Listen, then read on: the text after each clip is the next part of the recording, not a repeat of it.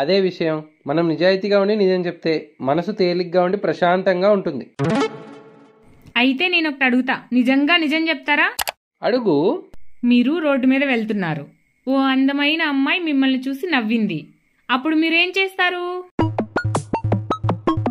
నీ క్వశ్చన్లో క్లారిటీ లేదు. అప్పుడు నువ్వు ఎక్కడున్నావు?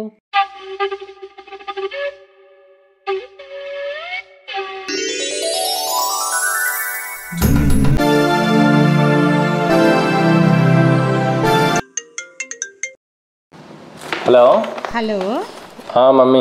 తలనొప్పి అన్నావు కదా చింటూ, ఇప్పుడు ఎలా ఉంది?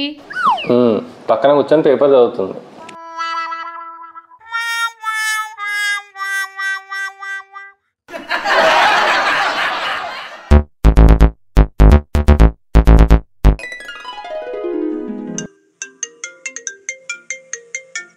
హలో, ఏంట్రా అంత డల్గా మాట్లాడుతున్నావు? రాత్రిది ఇంకా దిగలేదా? రాత్రి ఫుల్గా మందు తాగి ఇంటికి వచ్చానా, మందు తాగి వచ్చానని మా ఆవిడ తలుపు తీయలేదు. మరి పొద్దున్నే అన్న తలుపు తీసిందా? లేదు, ఒక 5 నిమిషాల క్రితమే గుర్తొచ్చింది నాకు ఇంకా పెళ్లి కాలేదని, తాళం నా జోబులోనే ఉందని.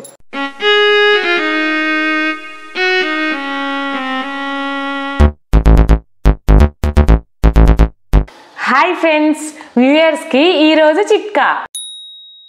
ఎండలు బాగా ఉన్నాయి కదండి, మీకు వడదెబ్బ తగలకుండా ఉండాలంటే వింబార్ని నీటిలో కరిగించి రోజు ఒక గ్లాస్ తాగండి. ఎందుకంటే అందులో 1 కాదు 2 కాదు 100 నిమ్మకాయల శక్తి ఉంటుంది. ఓకేనా? బాయ్. రేపు మరో చిట్కాతో కలుద్దాం. రేపు మళ్ళీ నీ చిట్కా వినడానికి వాళ్ళు ఉంటే కదా.